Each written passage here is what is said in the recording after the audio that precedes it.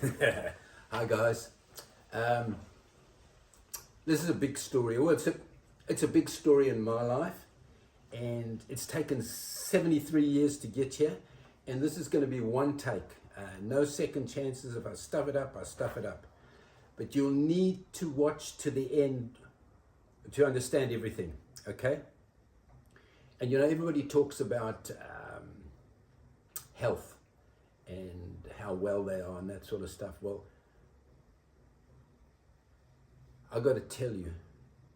So there you go. So you got to watch till the end, and all will be revealed. And I've got another 30 odd years to live, and that's without technology. With technology, I'll maybe even make 200. Who knows? So I'm excited. I'm blessed, and I'm going to condense 73 years down into 15 minutes, and it's just going to be a bunch of photos. And I got a cajillion photos like everybody else, and I went and I started to look through them. I thought, I just can't go through all these photos and try and pick the best ones and put everybody in. It's not going to happen. So I don't know how many photos there are. There's 20, 30 photos or whatever. But yeah, you're going to have to watch to the end to find out what has happened. Something big in my life. And maybe you'll find it big as well. So thanks very much and enjoy it. Okay, here we go. Yeah, I was born in South Africa, in Fishhoek in Cape Town. And I was just thinking as I was doing this that I made some surfing movies way back then. And I took them to my uncle, Dave McIntosh, to have them edited. But it was done on Super 8. And I had a little cassette, and then we had to put it onto video, and we had to shoot it on the wall. It was really rudimentary stuff, and I'm doing exactly the same here. I'm recording stuff on the phone, and I'm doing stuff on the computer. Anyway, I digress. So, born in South Africa, and can't change that. I'm excited by it. Great place, had a wonderful time. And then if you look, just the images of Africa, amazing. But my parents tended to move somewhat. And you can see between South Africa, Rhodesia, Northern Rhodesia, so South Africa, Zambia and Zimbabwe, back and forth, and Durban. But it was idyllic, it was wonderful. I can remember we used to travel from Northern Rhodesia or Zambia all the way to Cape Town, which was like 3,000 plus Ks. And we'd be watching listening to the cricket on the radio, because in December, it was always in December, invariably there was cricket on. And my dad would have his arm hanging out of this large Dodge that he had, American car, Dodge, and had this brown arm, and white arm. And my mum, who never smoked, but would always light his cigarettes, would hand him his cigarette and he'd smoke. And we'd be sitting, the three kids would be sitting in the back, listening to the cricket on the radio. And my eldest sister Liz, she had already left home and was gone nursing. So that was an amazing time. So yeah, born in Cape Town, and this is my mum and the four children, Liz, Dave, Mary and myself. And we were there for like 18 months while my dad was up in Rhodesia prospecting. And as you can see, we were in Choma as well. That's myself and Liz. And it was just this little town. And we ended up in Selukwe in Rhodesia and many places. And you can see here at the Vic Falls, that was amazing. And I actually ended up in the Rhodesian Army, and I was at one stage guarding the Victoria Falls Hotel to make sure the tourists were safe. All my life I've lived in this sort of bubble of happiness, celebrating myself and celebrating others, while they're alive, not when they're in the box. And if you do that on a regular basis and intentionally initially, and then it becomes sort of instinctive, it becomes second nature, subconscious. And by doing that, I've, just had a blessed life. I've just been so lucky. And yes, we were traipsing around Rhodesia. My dad was doing all these things. We ended up in Luancha. I was only a few years old there in Northern Rhodesia. And one of the stories is I was missing for like a day. And my sister can attest to this. And my mum didn't seem too concerned, or my dad, because I supposedly was raised bordering on neglect. How funny is that? Anyway, from Luantia, we moved to Bancroft, and these are vivid memories for me. We were living in the back of the Kotzer's house, Jimmy Kotzer. And Mrs. Kotzer she was just fabulous. She looked after us. And I remember one of the stories, sorry guys, I'm full of stories, it must probably taking longer than I anticipated, but there was always a story that when you break a wasp's nest, you do not run, you stand dead still and you'll be safe. Well, we bashed a big wasp nest, and of course everybody scattered except me, and I got about 1,000 stings on me, and Mrs. Kotz, I remember putting calamine lotion on me. It was fantastic. But we lived in the back of the yard in 1955, 1956 or whatever, and we had 2 caravans there, and I remember that, and it was fantastic. And then we got a mine house and so on, and then we moved back to Rhodesia, and then we moved back to Zambia, between Rhodesia and Zambia. And yeah, I was a Boy Scout as well. I thought I was the only one in our household that didn't become a Queen Scout or Queen Guide, but my elder sister just told me she didn't make it either, so there you go. Anyway, and this is the Salas. They were the first people in Bancroft or Chilila Bombwe to have a TV, and we used to go to their house, and I was just gobsmacked with TV. Still amazes me how it works. Anyway, yes, and then Scouts, and there the Salas are again. That's Anita and Mitch and myself. This is my sister Liz. She lives in Colorado Springs in the USA. My brother Dave, New Zealand. Unfortunately, he passed in 2023. My sister Mary lives in Johannesburg in South Africa. And myself, I live in Newcastle, Australia.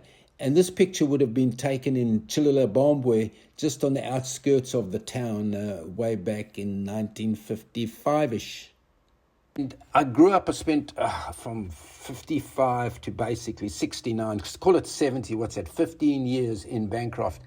And it was absolutely fabulous, and got some great friends there, and you can see some of them here, Norman and Barry and Chris and that. It was just once again, blessed, bubble, all that stuff. It was just magic. You take the weather with you. Yeah, I did my primary school at Bancroft Primary, and then for a couple of years I caught the bus through to Chingola High School, and then after that my parents, and like many other kids, were sent off to boarding school in either Rhodesia or South Africa. And we caught the train, my mum and sister, to Bulawayo, where I was taken to McCulloch's clothing store, and I got my pants and my blazers and bow tie and everything. And then my mum put me on the bus and sent me off to St. Stephen's College, which was about 50 miles outside Bulawayo, to Bala or Essex Vale. And I arrived on a Thursday, and I was the only pupil there. There wasn't another soul outside of the teachers. And it was quite daunting because I didn't know nothing. And anyway, a few days later, a guy, Lawrence, I'm just thinking of his surname now. Anyway, he arrived on the Friday evening, so there was some company. And then on the Sunday, everybody started arriving, and it was like bedlam, because all these people, or most of them, knew each other except for some of the new students. And it was glorious. It was just nice to meet all these different people, and it was great. And as you can see, we got up to things. We'd smoked and managed to find alcohol and make alcohol. We even had the snake pit, which was amazing. I wasn't into snakes, but some of the guys were, and they would have the little baby pythons in their bed at night just to keep them warm. And then we'd do these excursions into Bulawayo, and also we'd go to Nsima Dam and swim there with these guys, with Carla Cronier and Annie McMahon. And then after school, I ended up at, taking trips to different places, and we went to Kariba, and this is one time Kariba, and Tate, Mike Chalmers and Alex Jack. Yeah, amazing. And actually, I think Daryl Barsky would have taken this picture.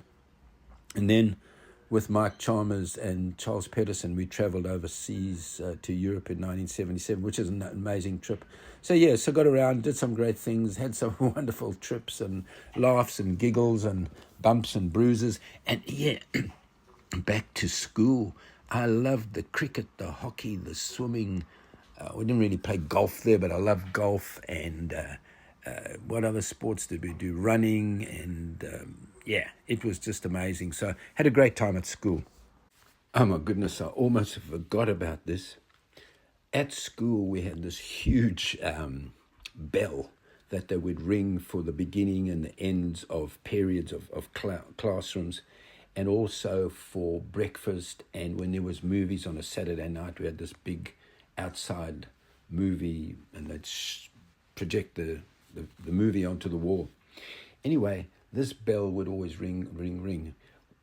I left school, and then I knew a gentleman by the name of Daryl Barsky. He went back one night, in the middle of the night, and ripped this thing off its podium or tree, whatever it was on at the time. It must have made a heck of a noise when it came down, but he managed to get it in his car and took it home. And I remember I've got some footage of this somewhere on movie, somewhere of him showing me the bell in about 1975, somewhere around there. Anyway, cut a long story short, Daryl passed away about 4 years ago, and his wife got hold of me, Leslie got hold of me and said, hey, would I like the bell? Now, the bell was in South Africa, and I said, of course, I'd love it. Anyway, I got it shipped over to Australia, and I've got it in Australia, and the picture you're seeing now is it in my house. And so whenever we have like a Zoom call between other old Saints boys, I'll ring that bell, and everybody loves the bell.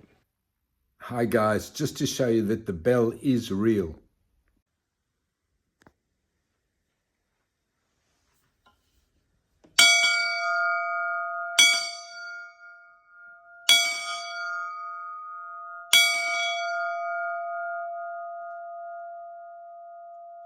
Well, there you go.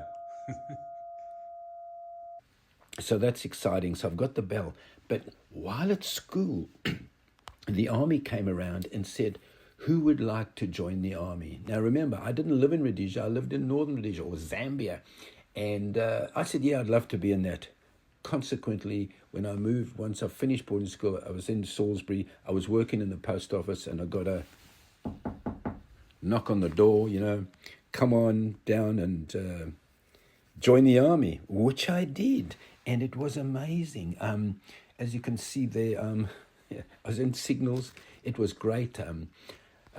Just had just an incredible time. I played soccer in there. I ended up, as I said earlier, at Vic Falls. I actually guarded the Vic Falls for a while, the Vic Falls Hotel. That was amazing. I was in some combat areas, but I don't think I never saw the opposition, if you like, and I never shot anybody, I can assure you. But while I was in the army, I saw this amazing movie called Endless Summer, and I suggest if you have never seen it, it was made in the 60s. It's called Endless Summer, and these guys surf around the world, basically chasing the sun. And that impacted my life big time. I came out of the army on the 12th of July, 1972. My dad dropped me on the road, and I hitchhiked down to Durban. And I don't think it was the first day I got there, but within a couple of days of arriving, I bought myself a surfboard and had a try at surfing and haven't stopped since. So it's been a while, and it's been exciting. It's that bubble thing again. Wherever I was, at whatever time, I enjoyed myself. And even if things weren't going that well, I would go out of my way to look for the positive, what was happening in that situation. So I'm excited. I'm excited for you. So now I'm in Durban in the big smoke.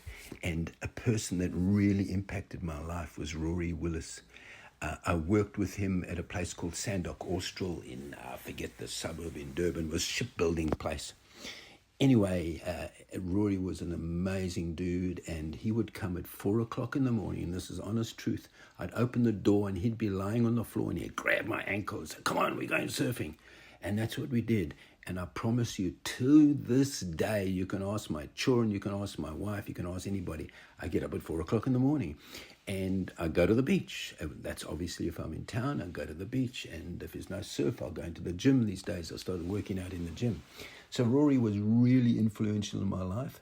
And this particular picture is, I was living in Zululand in Richards Bay, and there were some great waves there. And all those dollar, those big tetrahedral things, were put there at the Richards Bay Harbour, the second largest coal exporter on the planet.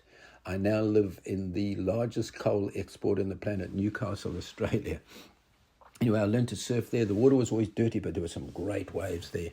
And then, I just started hanging around Durban, and I love Durban. This is Daryl and Mike Chalmers, and lots of incredible, funny stories. Me just at the beach, loved the beach. I had many bikes over the years, and this was one of my favorites. It was a 500 Suzuki. How I survived it, I don't know, because I had a number of accidents with it. And anyway, one day we were on holiday up in Rhodesia, Mike Chalmers, Daryl Barsky, and myself. And Mike ended up staying in Rhodesia because he found a girlfriend up there, and he had the car. So Daryl had to come back with me on the bike. And off we went and got through the border, but we had dramas with passports and money and all sorts of stuff. But on the way, I can see we went through Groblersdal. I don't know where that is specifically, but I remember going through Saluki, and this town keeps popping up in my life. And we were heading back to Durban, and we didn't quite make it. Just before Ermelo, we had a horrendous accident, ended up in hospital for a couple of weeks, and they had pethidine. They gave us pethidine from memory, and I think it was good stuff. Anyway, we survived that. Daryl's dad had to come and collect us, take us back to Durban, and the bike had to be shipped back. But we did survive, so happy days. Here's some random photos. Angie van Heerden must have been on holiday from boarding school, and you can see there 1967. And then this picture is Tony Elliott, myself, and Soapy Williams at St. Stephen's College, Bala Bala. And then we did a trip on during one of the holidays. It was about a 3-night, 4-day trip down the Kafue River with the Belgian Congo on the one side and us on the side. And it was amazing. We found some incredible houses along the way. It was a great trip. And actually, we used to water ski on the Kafue outside Bancroft, and there was a lot of crocodiles and hippos around there. So but that's what you did, and it was exciting. So there you go. I ended up working at Consul Glass, great time there, and I sort of got into sales, and I just learned lots of things by hanging around some amazing individuals who really impacted my life. However, having said this is December 1974, Anstey's on the bluff outside of Durban, and I promise you, the next month, my life changed forever, and it changed incredibly for so many reasons, and I'm so blessed and lucky that this next episode happens. Well, this is the most incredible part of my life. This young lady came into my life, Kathleen Jacobs. We've been together since 1975, which is like 50 years. That's amazing. And as I mentioned earlier, she impacted my life so dramatically. I tell people if it wasn't for Kath, I wouldn't walk, I would roll, because I'd live on cornflakes. But in all seriousness, she impacted my life in so many ways. She had challenged my decisions because I've got this sort of bent that I'm going to go and do this. And then she'd say, well, what about this? And when I say challenges, it wouldn't be like in my face. It would just be very pleasant, but very pointed. And she's good with finance, an incredible cook, like a cordon bleu. We eat incredibly well. We grow some of our own food. Kath says everything we eat should only have one wrapping on it. In other words, it's natural skin, like a potato or zucchini or whatever. And I was such a self-centered individual. It must have been tough for her in the early days because, I was just all about me. But I have grown. I've improved 1,000-fold, and our relationship today is 100% committed, 100%, 100%, both of us committed. We've two beautiful children, Kelly and Carla, and now we have three grandchildren, Connor, Alex, and Ada, and maybe more to come, I don't know. So very excited about that, and these some pictures of the girls when they were younger and on bicycles and that sort of stuff. And that picture of the lions was when we were visiting South Africa in, I think it was 1999. And that's Carla and Kelly and their cousin, Victoria, who was working on a cheetah project in a place called Hoedspruit near, Kruger National Park. So there you go. I'm excited. There's a little bit more to come, guys. Hang in there. Something big is going to happen. Not as big as what happened in January 1975, but still pretty big in this little man's world. Yeah, so in the early 80s, we immigrated to Australia, and very blessed and proud to live in Australia. It's a beautiful, safe country with wonderful people. And as I mentioned before, I get up at 4 a.m. and I go down to the beach. And some 20 years ago, I don't know how long ago, but we were sitting at the beach waiting for it to get light to go for a surf. And we saw the young lady putting out the benches and putting up the umbrellas. And she took like an hour to do it. So we gave her a hand one day, and then the next day, and 20 years later, we're still doing it every single day. At about 4:30, we could put everything out, and we get a free cup of coffee. Isn't that great? So so surfing has been a huge part of my life. As I started back in 72, a bit of a late starter, but still an excited, and 100%, I'm not the best surfer in the water, but when I'm in the water, I'm the most excited and grateful for being able to do and surf every day. Not that I surf every day these days, because we get around a bit, and also if it's too big for me. Quiver of some of my boards that I've had over the years. So it's been a wonderful journey surfing. And then, I even got my mum on the board. Not that she was in the surf, but she had a wetsuit on and she was excited. So I'm grateful for heaps of things. Being able to surf, having a wonderful family, living in Australia. There's so many things to be grateful for.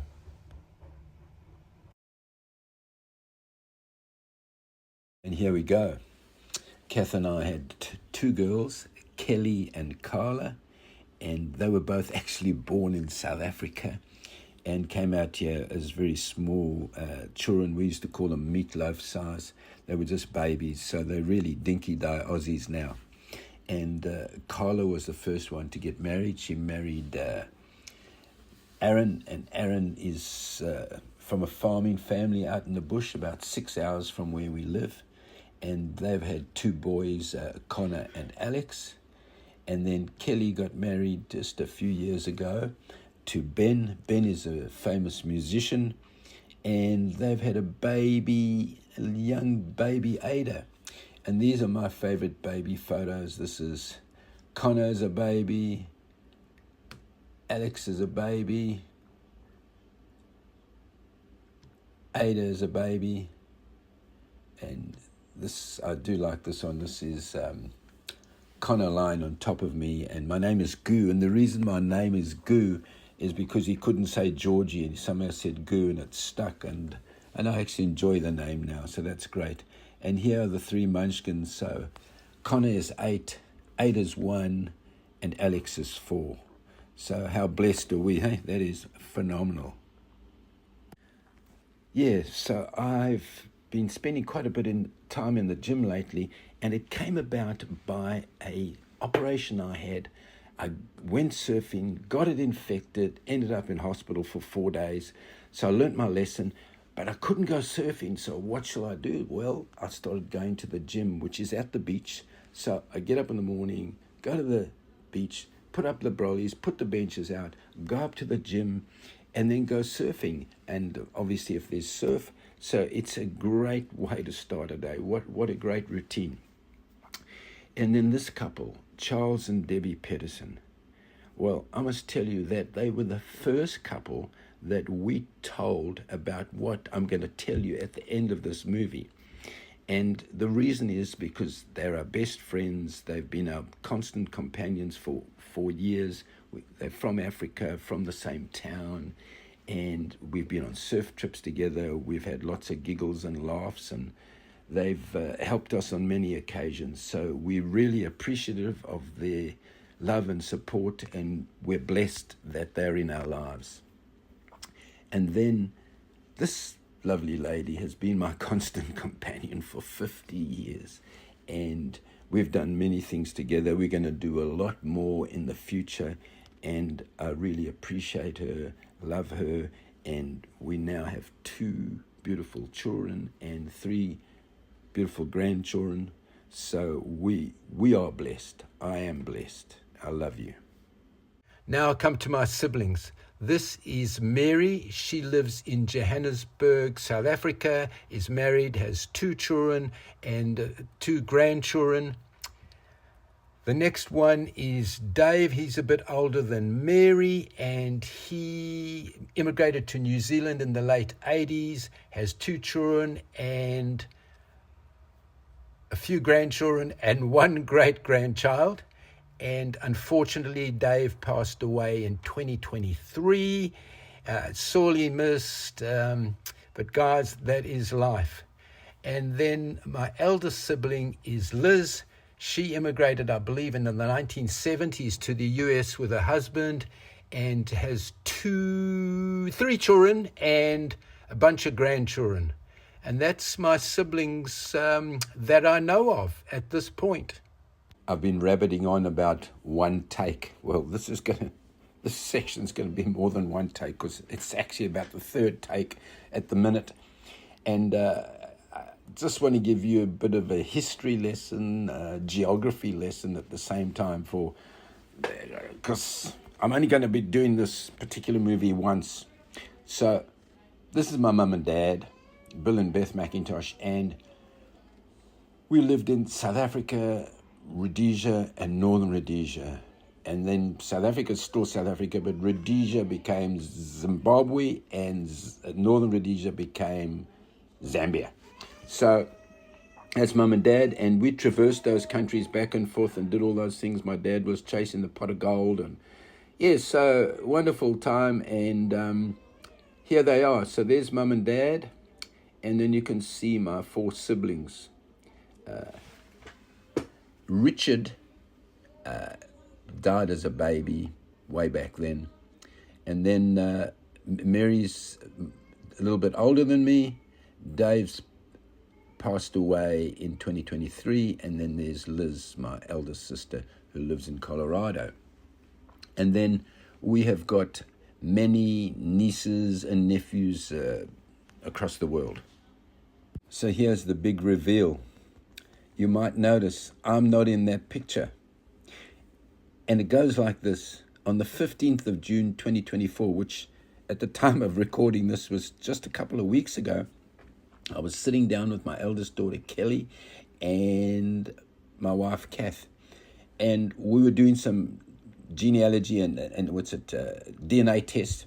And when Kelly linked my sister Liz and myself, our DNAs, they didn't quite match. I only had 23% connection to my sister, but I did have 25% connection to another person called Tony Jeffrey. And cut a long story short, I have no Scottish heritage in my DNA. My sister does. So quite weird. And as it turns out, my father that I grew up with, which raised me, looked after me, is not my biological father. My biological father is a gentleman by the name of Roy Jeffrey. Now, Roy Jeffrey used to live in the same town as us, in a little town called Selukwe, a mining town in Rhodesia. And that's where the story started. And so I've gone from 4 siblings to another 5. So I actually have 9 siblings, and I'll show you that shortly. The amazing thing is people said to me, Oh, you must be devastated. No, I'm not devastated. I can't change what's happened. And I'm totally comfortable with what has happened. And as I said, I'm excited because now I've got extra siblings, and I've put this video together expressly, sort of especially for them, because I'm the odd man out, if you like. I'm the anomaly. So, my sister said to me, I'm half the brother I used to be, which is quite hilarious. And these are now my siblings from Roy Jeffrey. So you can see from this that Roy Jeffrey is my father, and my mum, Beth McIntosh, is the mother, and I'm the only child of that relationship. But you can see Roy has, besides myself, 5 children. Vivian and John, whom I believe both have passed away. And then still living today is Tony Jeffrey. He's in Zimbabwe. I've been communicating with him back and forth. And then Lawrence is in Boston, and Christopher is in Florida. That's all I know at the moment. And I believe there is a cajillion nieces and nephews. So I'm looking forward to getting to know them better. And, time has passed. It is what it is.